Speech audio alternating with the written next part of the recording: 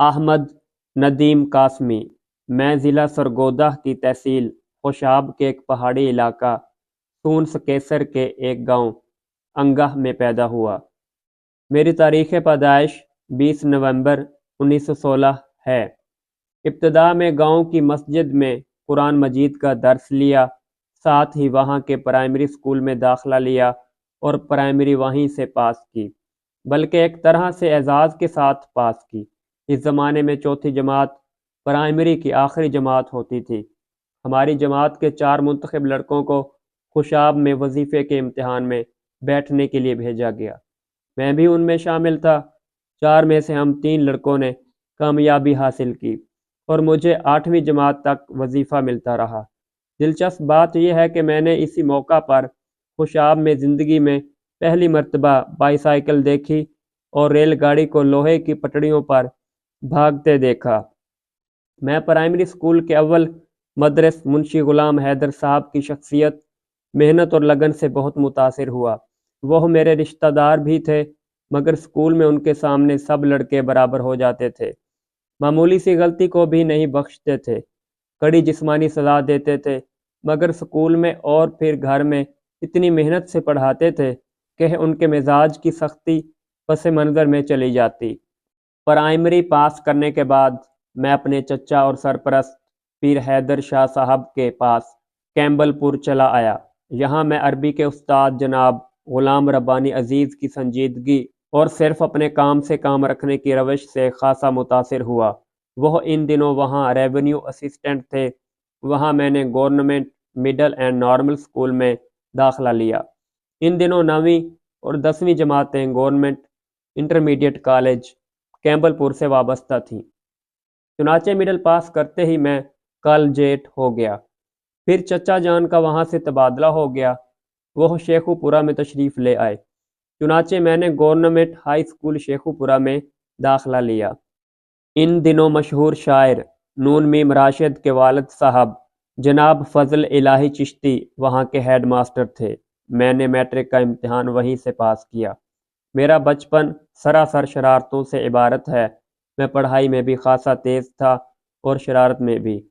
شاید یہی وجہ ہے کہ میں نے بچوں کے لیے جو نظمیں لکھی ہیں، ان میں بچوں کی شرارت کا پہلو زیادہ نمایاں ہے۔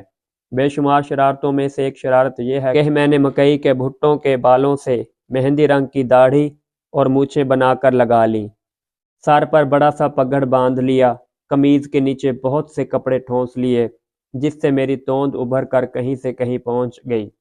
پھر میں نے ہاتھ میں آسا لیا اور اپنے خاندان کی حویلی کے ایک ایک گھر میں جھانکا اور خواتین کی چیخیں نکلوا دیں۔ حویلی میں بہت سخت پردہ تھا، تو ایک اجنبی معمر مرد کو اپنے سامنے دیکھ کر خواتین کا خوف زدہ ہو جانا لازمی تھا۔ دوسری شرارت بھی سن لیجئے کہ میں نے داستان امیر حمزہ میں کہیں پڑھ لیا کہ عمرو عیار نے اپنے استاد کو تنگ کرنے کے لیے انہیں جمال گھوٹا کھلا دیا تھا اور کئی دن تک اس حال کے مریض رہے تھے۔ میں نے ایک پنساری سے جمال گھوٹا لیا اور جب گھر کے اندر سے ملازمین کے لیے کھانا آیا تو جمال گھوٹا سب پلیٹوں اور لسی کے جاگ میں ملا دیا۔ بیچارے ملازم اور چپڑاسی بیت الخلاء کے چکر لگا لگا کر نڈھال ہو گئے اور چچا جان کو انہی ہسپتال میں لے جانا پڑا، کیونکہ جمال گھوٹا کی کچھ زیادہ ہی مقدار استعمال ہو گئی تھی۔ بچپن کا ایک ناقابل فراموش واقعہ تو یہ ہے کہ میں نے گھر سے پینسل کے لیے جو پیسے لیے ان سے ریوڑیاں خرید کر کھا لیں اور اپنے ساتھ بیٹھے ہوئے ہم جماعت یاسین کے بستے میں سے ایک نئی پینسل چوری کر کے اپنے بستے میں رکھ لی۔ امی کو جا کر یہی پینسل دکھائی کہ خرید لایا ہوں۔ انہوں نے اس کا سرا تھوڑا سا تراشا اور وہاں ریشم کے دھاگے سے ریشم کا پھول باندھ دیا۔ پینسل کی صورت بالکل بدل گئی، مگر اس کے باوجود میں 1 ماہ تک پینسل سکول نہ لے گیا اور جس روز لے گیا اسی روز پکڑا گیا۔ یاسین نے پینسل دیکھتے ہی شور مچانا شروع کر دیا کہ یہ اس کی گمشدہ پینسل ہے۔ ہماری کلاس کو ماسٹر محمد حیات پڑھا رہے تھے۔ انہوں نے مجھے پاس بلا کر پوچھا کہ سچ سچ بتاؤ یہ پینسل کس کی ہے؟ میں نے کڑک کر جواب دیا میری ہے۔ یہ جھوٹ سننے کے بعد ماسٹر صاحب نے ایسی سزا دی کہ میں سچ بول پڑا، کہا کہ پینسل یاسین کی ہے۔ اس کے بعد میں نے چوری کی جرت کبھی نہ کی۔ جب بھی خیال آیا انگلیوں میں پھوڑے بیدار ہو گئے۔ سکول میں سبھی مضامین سے دلچسپی رہی، بطور خاص شعر ادب سے، تاریخ سے، جغرافیہ سے اور جیومیٹری سے۔ اگر جان جاتی تھی تو حساب اور الجبرے سے۔ میٹرک پاس کرنے کی مسرت کا عنوان یہ تھا کہ حساب الجبرے سے چھٹکارا ملا۔ ٹوٹے پھوٹے شعر تو میں بچپن سے کہہ رہا تھا، مگر میں نے پہلی باقاعدہ نظم جنوری 1931 میں کہی، جب میں میٹرک کے امتحان کی تیاریوں میں مصروف تھا۔ یہ مولانا محمد علی جوہر کا مرثیہ تھا۔ میں پرائمری سے مڈل سکول بیشتر وقت اپنی کلاس کا مانیٹر رہا۔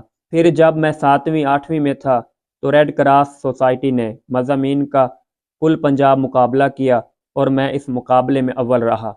ریڈ کراس والوں کی سند اب تک میرے کاغذات کے انباروں میں کہیں محفوظ پڑی ہے۔ شاید کوئی ایسا کھیل ہو جو میں نہ کھیلا ہوں۔ ٹینس، ہاکی، کبڈی سے لے کر ٹیبل ٹینس اور تاش وغیرہ تک سبھی کھیل کھیلے ہوں گے، مگر پیشہ ورانہ مہارت والی بات نہ حاصل کی۔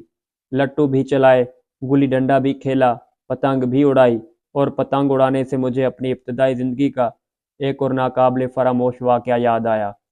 میں اپنے ننیہال میں اپنے ماموں زاد بھائی محبوب الہی مرحوم کے ساتھ کھیل رہا تھا۔ نیچے صحن میں لڑکیوں نے ترنجن کی محفل سجا رکھی تھی۔ چرخے گھوں گھوں کر رہے تھے اور سوت کاتا جا رہا تھا۔ دونوں بھائی چھت پر پتنگ اڑانے کی کوشش کر رہے تھے، مگر ہوا ساکن تھی۔ آخر میں نے محبوب الہی سے کہا کہ پتنگ اور ڈور میرے حوالے کرو۔ تب میں پتنگ اڑانے کے لیے چھت پر تیزی سے الٹے قدموں بھاگا، مگر یہ بھول گیا کہ چھت پر ہوں۔ چنانچہ چھت ختم ہو گئی اور میں نیچے ترنجن بیٹھی لڑکیوں کے ہجوم میں جا گرا۔ میں بچپن میں خوب موٹا تھن متھنا تھا، تو مجھے تو کوئی چوٹ نہ آئی، مگر لڑکیوں میں سے 3 4 کو بہت چوٹیں آئیں۔ لیکن بچوں، تم کبھی ایسا نہ کرنا۔ پتنگ اگر اڑانی ہی ہے تو کسی کھلے میدان میں اور احتیاط کے ساتھ۔ بچوں کے نام میرا پیغام یہ ہے کہ اپنے ملک سے، اپنی تہذیب سے، اپنی روایات سے، اپنی زبانوں سے، اپنے گیتوں سے محبت کرنا سیکھو، کیونکہ یہی محبت تمہیں انسانیت کے ساتھ محبت کرنا سکھائے گی۔